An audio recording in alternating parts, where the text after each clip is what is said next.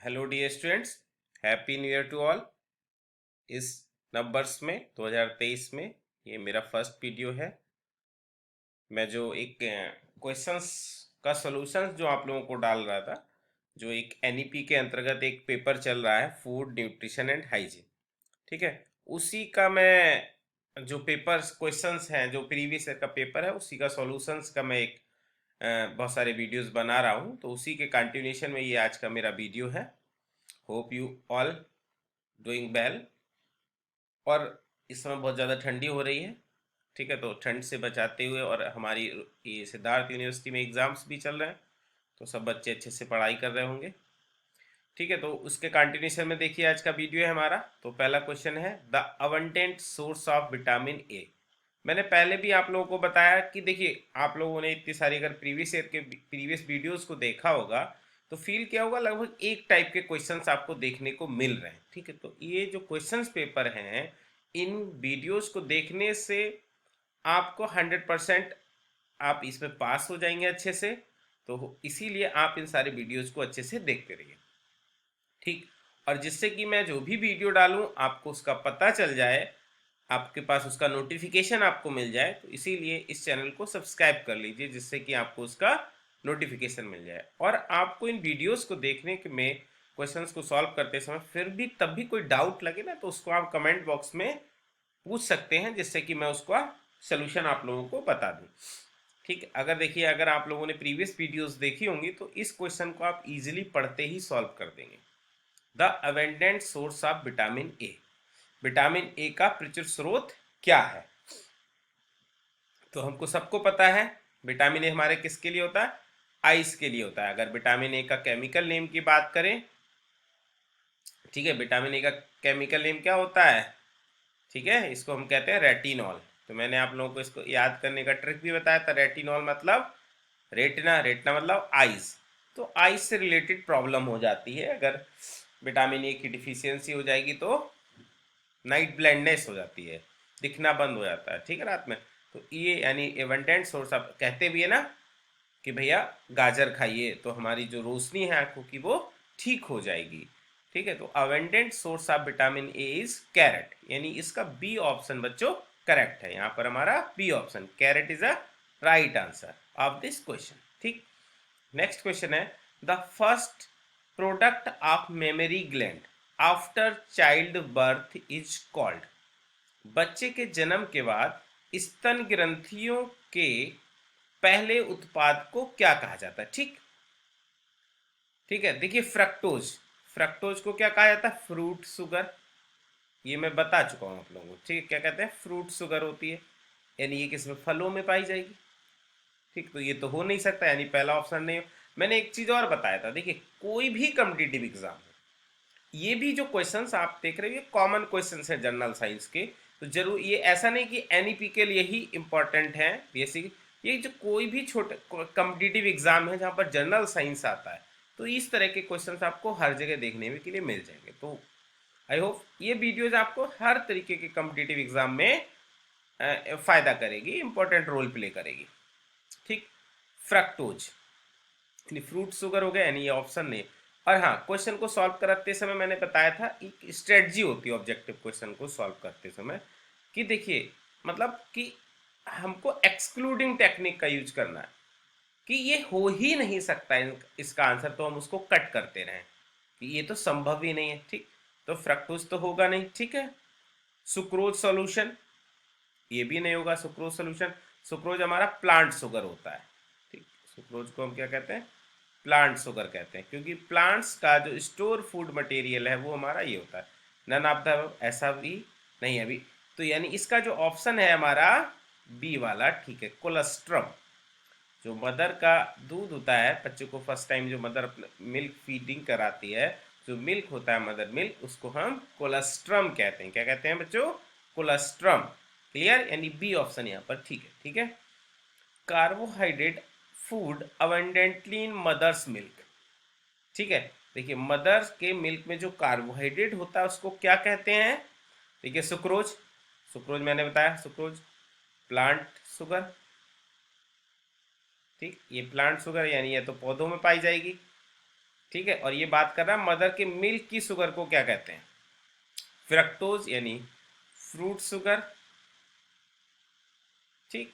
Lactose, ध्यान आ रहा है कुछ? पहले मैंने बताया था लैक्टोज को क्या कहते हैं? मिल्क शुगर, यानी मिल्क में कौन सा कार्बोहाइड्रेट पाया जाता है? लैक्टोज, यानी यहां पर सी ऑप्शन करेक्ट है इसका, लैक्टोज। माँ के दूध में प्रचुर मात्रा में पाए जाने वाले कार्बोहाइड्रेट को क्या कहते हैं? लैक्टोज कहते हैं बच्चों, ठीक है। ये पुराने क्वेश्चन से भी ये बन जाएगा। The formation of haemoglobin essentially requires, haemoglobin, haemoglobin, ठीक है, ये किसका पार्ट है? रक्त का, जो ब्लड होता है, ब्लड, ठीक है, ब्लड, या इसको हिंदी में क्या कहते हैं? रक्त। रक्त में, ठीक है, एक तो प्लाज्मा पाया जाता है, ब्लड सेल्स पाई जाती है। ब्लड सेल्स में एक सेल पाई जाती है जिसको हम कहते हैं RBC, red blood, red blood कार्पसेल्स,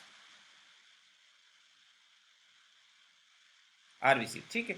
तो आरबीसी का जो शेप होता है क्या होता है? बाई कॉनकेव शेप होता है। आरबीसी की जो संरचना होती है, जो आकृति, ये बाई कॉनकेव शेप का होता है। क्या होता है? बाई कॉनकेव शेप का होता है, ठीक है। तो इस आरबीसी के अंदर पाया जाता है प्रचुर मात्रा में हीमोग्लोबिन, ठीक है। क्या पाया जाता है? हीमोग्लोबिन। जो हीमोग्लोबिन है इसके दो पार्ट होते हैं, एक पार्ट कहलाता है हीम, दूसरा पार्ट कहलाता है ग्लोबिन, ठीक है। ग्लोबिन इसका क्या होता है? प्रोटीन पार्ट होता है। क्या होता है बच्चों? प्रोटीन पार्ट होता है, प्रोटीन होता है ये ग्लोबिन। और जो हीम होता है, इस हीम को हम लोग कहते हैं, ग्लोबिन इसका प्रोटीन पार्ट हो गया, और हीम कहलाता है प्रोस्थेटिक ग्रुप, प्रोस्थेटिक ग्रुप कहलाता है, ठीक। तो जो हीम होता है ये मिलकर बना होता है आयरन से। इसको बनाने की जरूरत पड़ती है हमें आयरन की, Fe की, ठीक है, आयरन। यानी हीमोग्लोबिन के निर्माण के लिए हमको आवश्यकता होती है किसकी? आयरन की। यानी यहां पर हमारा ए ऑप्शन करेक्ट है बच्चों। कौन सा? ए, फर्स्ट ऑप्शन, आयरन, ठीक है। चलो नेक्स्ट पेज पे चलते हैं। नेक्स्ट पेज पे देखिए, पहला ही क्वेश्चन है हमारा, सल्फर कंटेनिंग अमीनो एसिड्स, ठीक है, 20 इसेंशियल। देखिए दो तरीके के अमीनो एसिड्स जो होते हैं, जो प्रोटीन होती है ना, ये मैं बताया था फिर बता दे रहा हूं।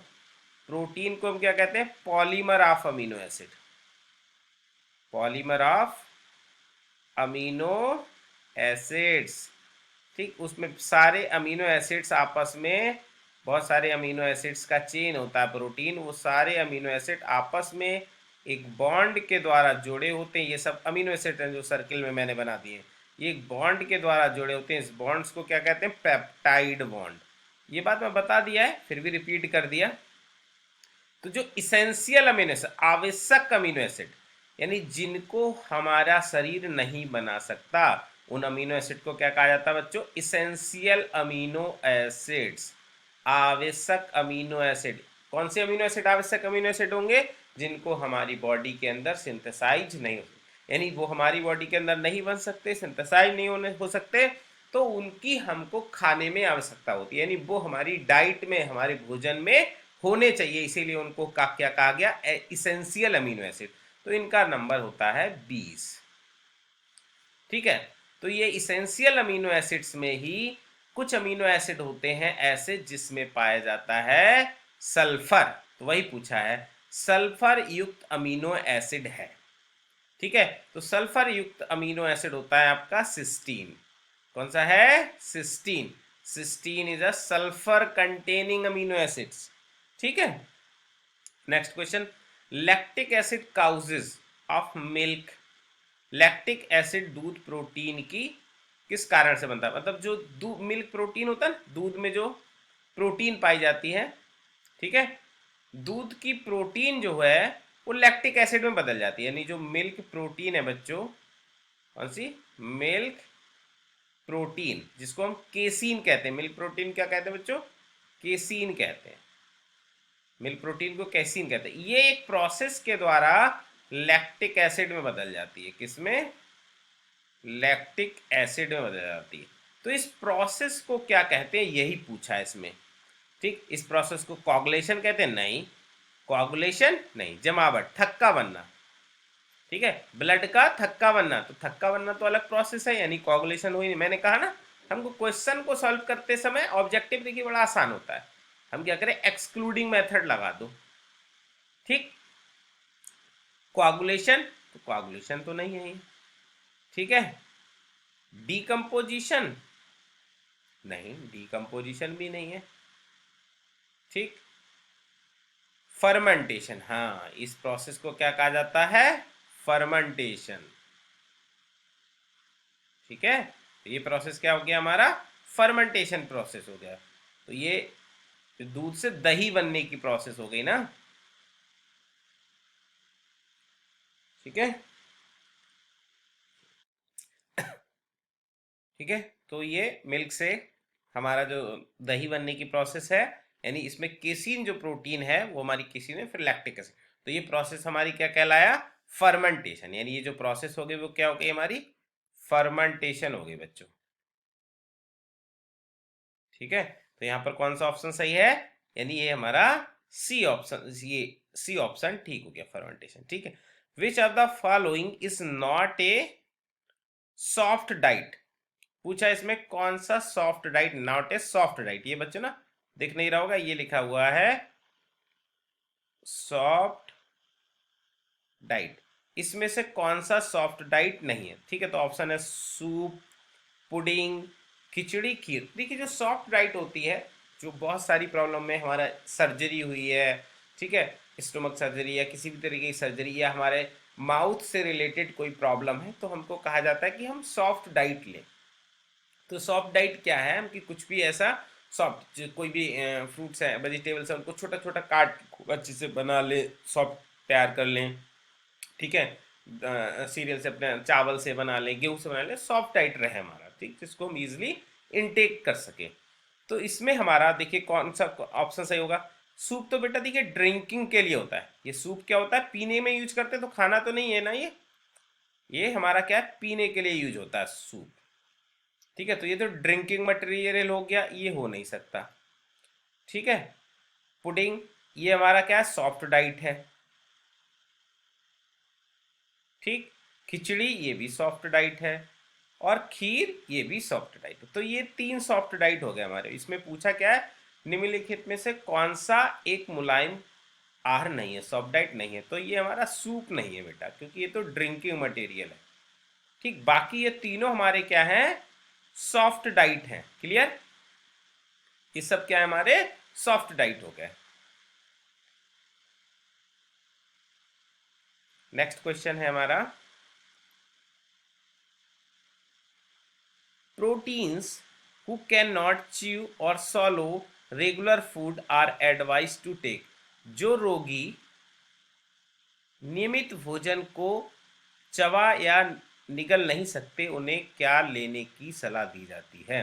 ऐसे पेशेंट्स को जो खाने को चबा नहीं सकते, निगल नहीं सकते, उनको कौन सा खाना, देखिए अभी बात की, तो उन लोगों को हम क्या कहेंगे भाई, ड्राई फ्रूट तो कहोगे नहीं, जब चबा नहीं पाएंगे ड्राई फ्रूट धोके उन्हें नहीं दे सकते। लिक्विड डाइट, ठीक है, या लिक्विड डाइट दे सकते हैं, या फ्रूट पल्प डाइट दे सकते हैं। तो patient who can not chew or swallow regular food who are advise to take, उनको हम क्या कहेंगे, लिक्विड डाइट देंगे। ठीक है, तो हमारा ये ऑप्शन सही हो गया, बाकी ये तीनों रॉन्ग हो गए। The polished rice lakhs in, polish किए हुए चावल में क्या कमी थी। जिन चावल की ना ऊपर वाली सरफेस निकाल दी जाती है, उनको पॉलिश्ड राइस कहते हैं। चावल होता है ना, राइस के ऊपर जो सरफेस होती है, अगर इस सरफेस को निकाल दें तो ये पॉलिश्ड राइस बन जाता है। ठीक है, चमकीला चमकीला लगता है। तो जो पॉलिश्ड राइस होता है उसमें क्या कमी हो जाती है, उसमें थाइमीन की कमी हो जाती है। इसकी कमी हो जाती है, थाइमीन की। The polished rice lacks thiamine, thiamine हमारा किसका नाम है, विटामिन B1 का। ठीक है, थाइमीन क्या होता है हमारा, विटामिन B1। इसकी कमी से कौन सी डिजीज हो जाएगी? बेरी बेरी रोग हो जाता है इसका।